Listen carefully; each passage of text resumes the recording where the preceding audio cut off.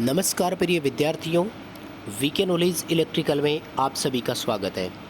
दोस्तों, आप सभी का एनसीवीटी एग्ज़ाम 2021 अभी होना है, सीबीटी, और इसके लिए हम इलेक्ट्रिशियन ट्रेड थ्योरी के क्वेश्चन आपको जो है वो प्रोवाइड करवाते आए हैं।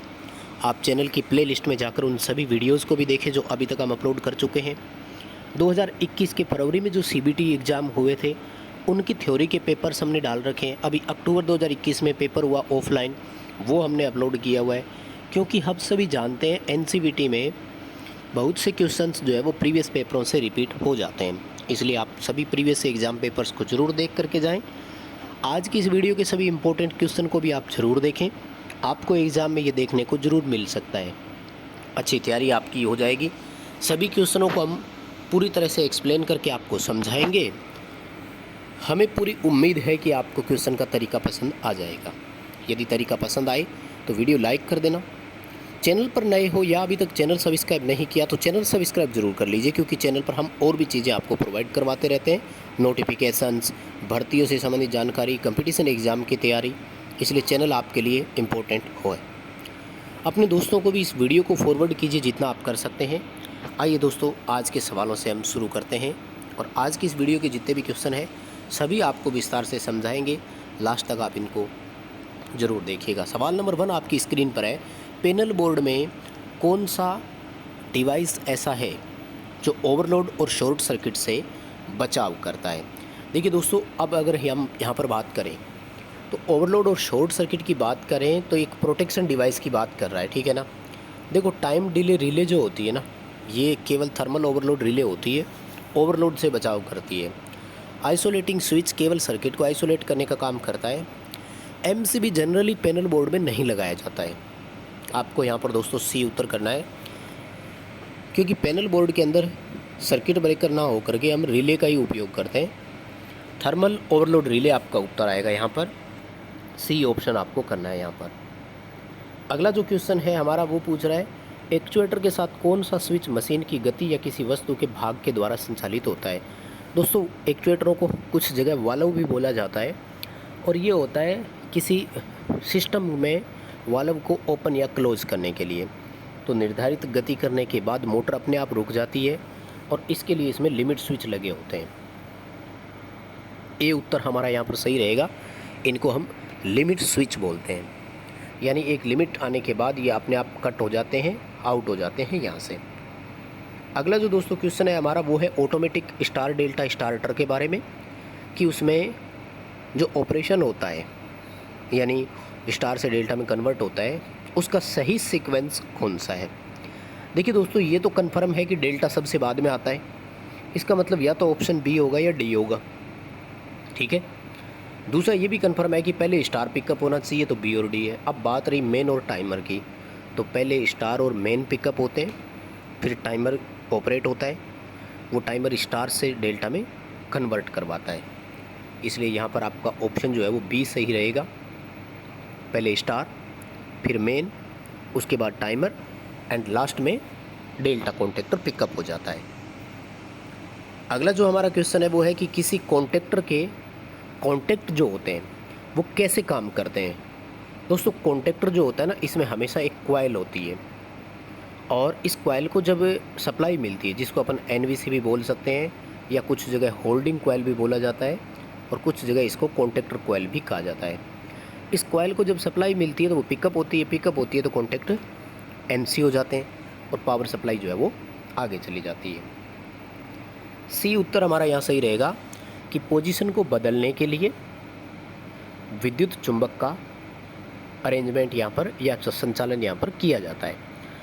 मतलब जब सप्लाई मिलती है तो मैग्नेट बनता है तो कॉइल पिकअप होती है, और जो कॉन्टेक्ट एन होते हैं वो एनसी हो जाते हैं। जैसे ही सप्लाई डिस्कनेक्ट होती है, मैग्नेट फेल हो जाता है, तो वो सभी कॉन्टेक्ट फिर से एनओ बन जाते हैं। नेक्स्ट जो हमारा क्वेश्चन है वो सवाल है कि कंट्रोल पैनल वायरिंग में उपयोग किए जाने वाले कंट्रोल ट्रांसफार्मर का उद्देश्य क्या होता है? दोस्तों, जब पैनल बोर्ड की बात की जाती है ना, तो ये चीज़ें आपको जब नौकरी लग जाओगे, फील्ड में जाओगे ना, तब समझ में आएगा। वास्तव में जो कंट्रोल पैनल होते हैं ना, उसमें 2 तरह की सप्लाई होती है। एक को बोलते हैं पावर सप्लाई और दूसरे को बोलते हैं कंट्रोल सप्लाई। पावर जैसे है तो जनरली 415 वोल्ट है, जिसमें मोटरें ऑपरेट होती है और सीधा सिस्टम जाता है। कंट्रोल सप्लाई जो है ये 110 वोल्ट भी हो सकती है, 220 वोल्ट भी हो सकती है और कुछ जगह 24 वोल्ट भी होता है। और ये होती है उस सर्किट को कंट्रोल करने के लिए, ऑन ऑफ करने के लिए, मेक ब्रेक करने के लिए। इसलिए अलग से एक कंट्रोल ट्रांसफार्मर लगाया जाता है जो 415 वोल्ट को कंट्रोल सप्लाई 220 या 110 वोल्ट में स्टेप डाउन कर देता है। तो इसका काम होता है ऑक्सिलरी सर्किट को सप्लाई देना। आपको यहाँ बी उत्तर सही करना है, to supply the power to the auxiliary circuit, यानी जो सहायक सर्किट होते हैं उनको ये सप्लाई देने का काम करता है। कंट्रोल ट्रांसफार्मर के माध्यम से ही देते हैं हम। अगला जो क्वेश्चन है वो है कि गैर परंपरागत ऊर्जा स्रोत कौन से? एनर्जी के दो तरह के सोर्स होते हैं, परंपरागत और गैर परंपरागत। तो जो गैर परंपरागत होते हैं उसमें अपना ये आता है जैसे विंड, सोलर, ये इस तरह का जो है टाइडल एनर्जी, ये सारे उसमें आते हैं। जबकि अपना स्टीम, डीजल, ये सब जो है ये परंपरागत में आते हैं। जैसे कोयला हो गया, प्राकृतिक तेल और गैस हो गया, परमाणु ऊर्जा हो गई, ये सब परंपरागत में आते हैं। आपको इसका ए ऑप्शन सही करना है। और नेक्स्ट जो क्वेश्चन पूछा जा रहा है वो पूछ रहा है कि ऊर्जा का प्राकृतिक सोर्स कौन सा है, यानी नेचुरल सोर्स के बारे में पूछ रहा है। तो हम सब जानते हैं नेचुरली तो सूरज है, सूर्य है जो प्राकृतिक रूप से हमें ऊष्मा देता है, ठीक है, ऊर्जा भी देता है। आपको ये उत्तर सही करना है इसका। दोस्तों ये काफ़ी इम्पोर्टेंट क्वेश्चन है, सभी क्वेश्चन एग्ज़ाम में आए हुए हैं, इसलिए हम उम्मीद जता रहे हैं कि इस बार फिर आ जाए। आपको देखो तैयारी तो करनी है, लेकिन इन क्वेश्चन को अच्छे से तैयार कर लेना थोड़ा सा, ताकि आप पेपर में आ जाए तो गलत ना हो, आपका अच्छे नंबरों से पास हो जाओ। अगला क्वेश्चन है कि बायोगैस का मुख्य घटक कौन सा है? तो बायोगैस में मुख्य रूप से मीथेन गैस निकलती है, हम सभी जानते हैं, है ना। बी उत्तर आपका यहाँ पर बिल्कुल सही रहेगा, बी ऑप्शन करना है। और अगला क्वेश्चन है कि हाई हेड जो होते हैं हाइड्रो इलेक्ट्रिक पावर प्लांट, देखो हेड के आधार पर जल विद्युत उत्पादन केंद्र 3 तरह के होते हैं, निम्न सिरस, मध्यम सिरस और उच्च सिरस, यानी low head, medium head, high head. High head के लिए जिस टरबाइन का उपयोग करते हैं दोस्तों उसको बोलते हैं पेल्टन व्हील टरबाइन, ठीक है। तो मैंने टरबाइन पर एक पूरा वीडियो दिया हुआ है, थ्योरी की क्लास लगाई हुई है, हो सके तो आप प्ले लिस्ट में जाकर उसको देखिएगा, विद्युत उत्पादन प्रसारण वाले में आपको मिल जाएगा, ताकि आप और बेहतर समझ सकें। टरबाइन की स्पेशल एक क्लास है। अब यहाँ पर आप देख रहे हो पेल्टन व्हील का ऑप्शन नहीं है, तो पेल्टन व्हील टरबाइन जो है वो इम्पल्स टरबाइन का ही प्रकार है, इम्पल्स टरबाइन की श्रेणी में आती है, इसलिए आप यहाँ पर बी उत्तर सही करोगे। आवेग टरबाइन बोलते हैं हिंदी में, इम्पल्स टरबाइन, या फिर इसी को अपन पेल्टन व्हील टरबाइन भी बोल सकते हैं। अगर ऑप्शन आ जाता है तो ध्यान रखना। इसी तरह से अगर लो हेड के लिए पूछे ना, तो लो हेड के लिए कापलान टरबाइन होती है, ध्यान रखना, ठीक है। हाई हेड के लिए पेल्टन व्हील, लो हेड के लिए कापलान होती है। और मैंने इस पर कंप्लीट वीडियो दिया हुआ है, अगर आप वहाँ जाकर देखें तो आई थिंक ज़्यादा समझ पाओगे। अगला क्वेश्चन, परमाणु रिएक्टर जो होते हैं उसमें कंट्रोल रोड किसकी होती है? कंट्रोल रोड होती है कैडमियम और बोरोन की। भाई बोरोन तो ऑप्शन में नहीं है, तो अपने यहाँ कौन सा ऑप्शन है? कैडमियम ऑप्शन है। तो आपको यहाँ पर सी उत्तर सही करना है, कैडमियम ऑप्शन के साथ आपको जाना है। और ध्यान रखें बोरोन का ऑप्शन हो तो फिर वो भी आप यहाँ से कर सकते हैं, बोरोन भी कर देना, ठीक है। अगला क्वेश्चन है कि जो स्टीम पावर प्लांट होता है उसमें बॉयलर का उद्देश्य क्या है? देखो हम सब जानते हैं ना, बॉयलर में ही तो पानी की भाप बनती है ना। तो हमें यहाँ पर सी उत्तर सही करना है, कन्वर्ट वाटर इनटू स्टीम, यानी पानी को भाप में परिवर्तित करना इसका मेन काम है। आगे जो दोस्तों क्वेश्चन है वो पूछा गया है जॉइंट का प्रकार, ठीक है। क्वेश्चन तो पूरा देख नहीं पाए अपने, ये पूछ रहा है कि आपको जो जॉइंट दिखाया जा रहा है किस प्रकार का जॉइंट है। ओवरहेड लाइन में एल्यूमिनियम चालकों को जोड़ने के लिए जनरली 4 तरह के जॉइंटों का उपयोग करते हैं। इस जॉइंट को अगर आप ध्यान से देखें तो ये स्लीव है, और देखो स्लीव को यहाँ से कंप्रेस कर दिया, तो यहाँ पर अपना जो आंसर आएगा वो सी है, compression joint for ACSR, aluminium conductor steel reinforce तारों के लिए संपीड़न जोड़ इसको बोलते हैं अपन। अगला जो क्वेश्चन है वो है कि ओवरहेड जो लाइन होती है उसमें ACSR कंडक्टर होता है, एल्यूमिनियम कंडक्टर स्टील रेनफोर्स्ड, उसमें बीच में स्टील का तार क्यों लगाते हैं?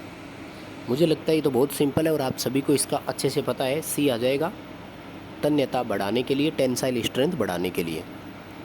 यांत्रिक रूप से वो मजबूती प्रदान करता है और ऊपर के जो होते हैं वो चालक प्रदान करने के लिए होते हैं।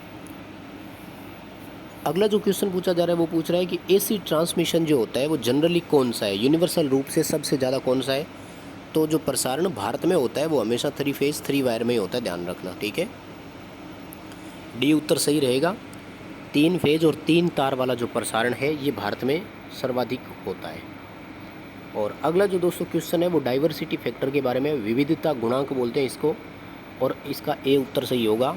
मिनिमम एक्चुअल लोड बटे इंस्टॉल लोड इसका उत्तर होता है, यानी वास्तविक भार कम से कम कितना था और इंस्टॉल्ड कैपेसिटी कितनी थी। ये काफ़ी अच्छा क्वेश्चन है, पेपर में आ चुका है, इस बार भी चांसेस बनेंगे पूरे आ सकता है ये, इसलिए आप इन सभी क्वेश्चनों को अच्छे से ज़रूर पढ़ के जाएं। अगला क्वेश्चन है कि जो घरेलू उपभोक्ता होते हैं उनके लिए एसी डिस्ट्रीब्यूशन लाइन में वोल्टेज कितनी है? 415 वोल्ट और 240 वोल्ट। ये उत्तर सही हो जाएगा ना। या तो 415 वोल्ट मिलती है 3 फेज जो फैक्ट्री वगैरह है, और घरेलू सिस्टम है तो उनमें उनको 240 वोल्ट के आसपास मिलता है। अगला क्वेश्चन दोस्तों ड्राइव से संबंधित है और ड्राइव वाला चैप्टर काफ़ी इंपॉर्टेंट है, इसमें से क्वेश्चन तो पक्का आना ही है, अच्छे से पढ़ करके जाए आप। सवाल पूछ रहे हैं एसी ड्राइव में एसी मोटर की गति कंट्रोल करने के लिए किस उपकरण का उपयोग करते हैं? एसी मोटरों में जिससे स्पीड कंट्रोल की जाती है ना, उसको बोलते हैं माइक्रो प्रोसेसर।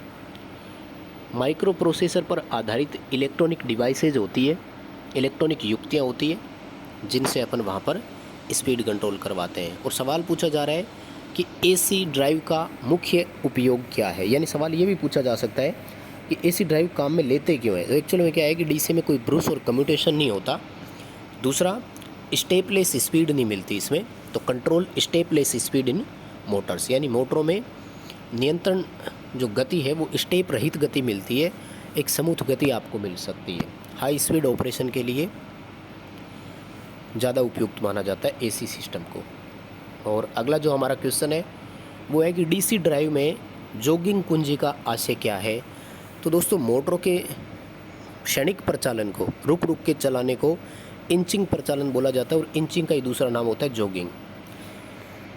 तो एक जॉगिंग नाम का बटन दिया हुआ होता है जो मोटर के इनिशियल ऑपरेशन के काम आता है। सी उत्तर करना इसका, इंचिंग प्रचालन के लिए होगा, यानी जब रुक रुक करके मोटर को चलाना हो तो ये काम आता है। और अगला क्वेश्चन है कि डीसी ड्राइव का जो बीओपी बेसिक ऑपरेटर पैनल होता है उसमें एलसीडी क्यों लगाते हैं? एलसीडी एक पूरी डिस्प्ले होती है जो सभी पैरामीटर की निगरानी करता है, उसमें इंडिकेशन वगैरह आते हैं, कोई टेम्परेचर लेवल लो नहीं हो गया हो, कोई स्पीड कम ज़्यादा नहीं हो गई हो, ये सब तरह के इंडिकेशन उसमें होते हैं। एक्नॉलेजमेंट, स्टार्ट, रीस्टॉप सब इसमें होता है। सी उत्तर आएगा, मॉनिटर दी पैरामीटर्स। तो बस दोस्तों ये थे टॉप 20 क्वेश्चन आज की इस वीडियो के। जल्दी आपको और क्वेश्चन प्रोवाइड करवाएंगे, इसके लिए लाइक ज़रूर करना, जितना अच्छा लाइक्स आएंगे रिस्पॉन्स मिलेगा, जल्दी वीडियो दूसरा लाएंगे, कमेंट करके बताना। और चैनल सब्सक्राइब नहीं किया हुआ है तो चैनल को सब्सक्राइब ज़रूर कर लीजिए।